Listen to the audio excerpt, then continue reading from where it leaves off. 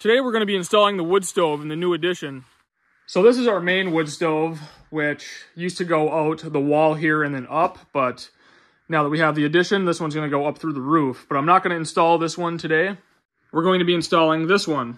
So this stove is from Northwoods Fabrication, and he makes all kinds of wood stoves. I've talked about his stoves a lot on this channel. They're my go-to stoves that I put in all my buildings, all my cabins, fish houses, you name it. So check out his website. I'll put a link in the description. First thing I'm going to do is I'm going to start a fire in this outside, because with a new stove you always have some paint that kind of burns off.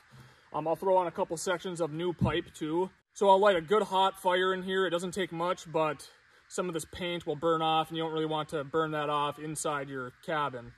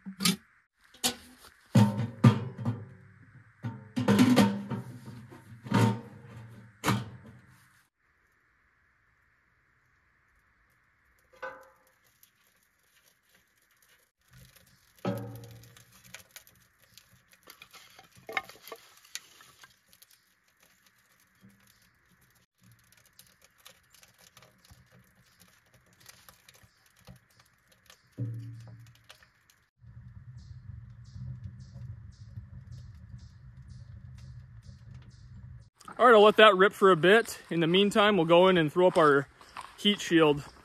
So I have cement board screwed to the studs here, just because, but this isn't actually the heat shield that we're gonna have. We're gonna have metal right here, and I have some metal spacers I'm gonna cut 1 inch long. So that'll give us an air gap between the metal and the cement board, which is gonna give us a really good heat shield. A lot of people will just screw their metal right to the wall without an air gap, and I guess that is doing something. It's shielding a little bit, but if you have that 1 inch gap between the metal and your wall, that gives you a much better heat shield. It's much safer. There we go. Now you can really see the paint starting to burn off. That's why you want to do this outside first and not inside your building, because you don't want all that stinky smoke going everywhere. 54, we'll call it.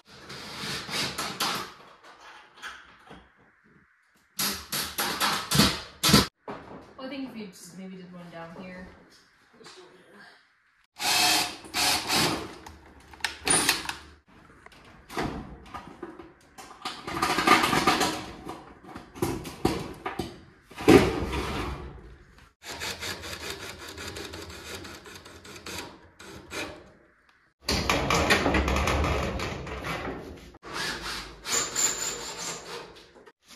So you can see I cut some spacers out of some conduit, and you can see I have a good inch air gap here. So this is an inch off of the cement board.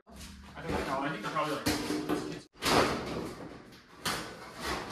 So really, actually, if I go like this, Behind it, and then just do one right here, that's gonna keep maintaining that.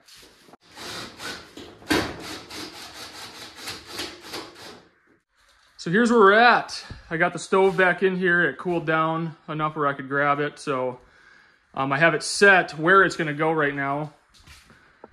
And I'm just dry fitting everything right now. I do have this little adjustable elbow right here, because you can see it kind of offsets, which is what I need because my rafter runs like right here. So my pipe would have just been touching it, and I didn't want to have to cut my rafter and like reframe stuff. So with this, that gives me the clearance that I need to run my Class A pipe up through the roof now. I'm gonna go ahead and use this piece of metal that I had when we had the pipe going out through the wall. Might as well use it. It's already cut for the pipe, so.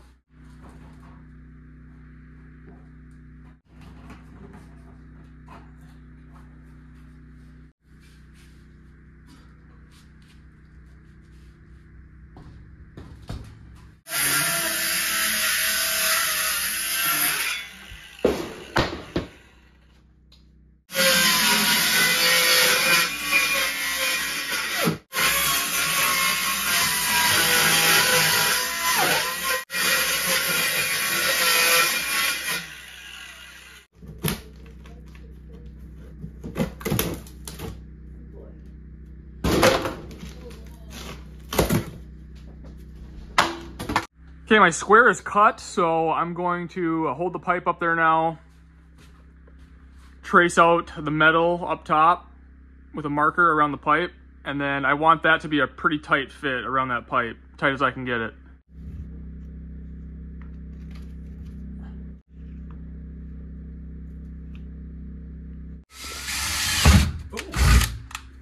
Oh, there's sunlight.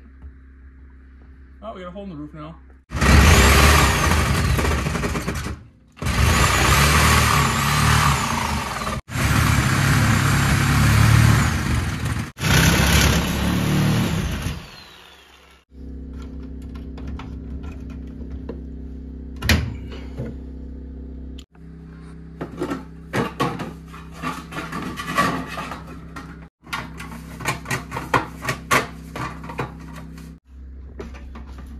Hard to get in here.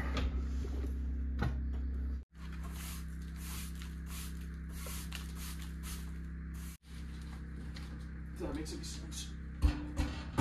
So if you can see this metal, I put some metal just to kind of guard the rafters and stuff. Same thing I did here. So it's got an inch air gap, so it acts as a heat shield.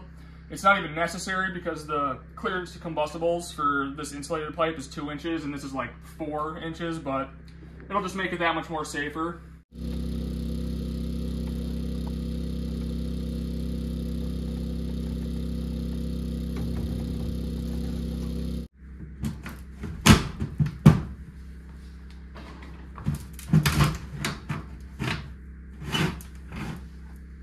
Okay, I'm gonna leave it like that for a sec. Okay. What?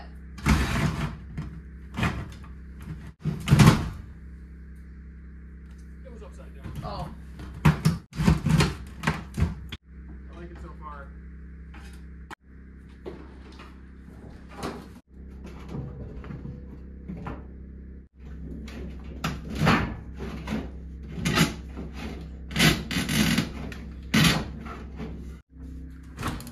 we go. It's in there good too. This look kosher. So I got everything dry fit here. I'm gonna go ahead and screw the pipes together.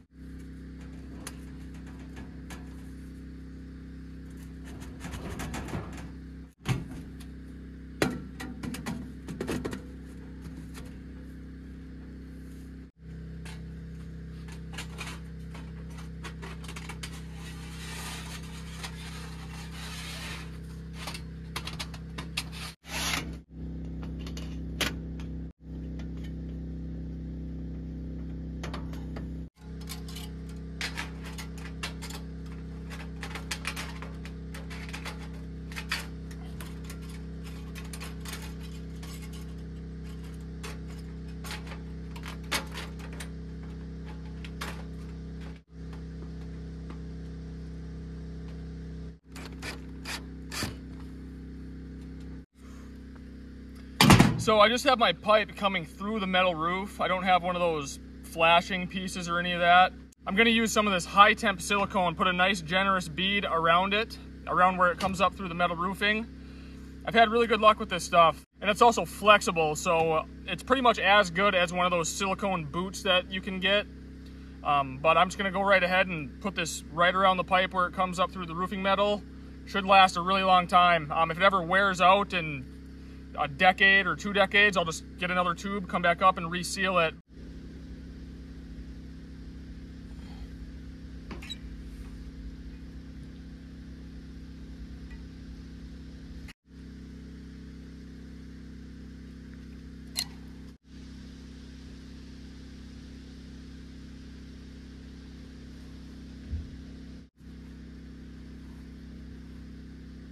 That's all there is to it, just a nice little bead around the insulated chimney pipe where it comes up through the metal, and then I did a little bead on this storm collar too, just so there's zero chance any water can get down in there. So that's about it for this installation. The only thing I have left to do is strap this pipe down to the roof, but that'll be in a future episode. I'll do that when I install the other wood stove because I don't have the materials to do that right now. So this stove is hooked up and ready to rip. You know, the way I did it is just the way I did it. You know, there's lots of different ways to do it. Big thing is just make sure you're meeting your clearances to combustibles. Pretty much all wood stoves will have a chart that will show you your clearance to combustibles. On David's website, he has those charts, so just make sure you're meeting all those requirements. But yeah, this stove is completely ready. Like I said, the only thing I gotta do is just strap the pipe down to the roof, and I'll show that in a future episode. But let's go ahead and spark this thing up. This will be the first fire in the new addition.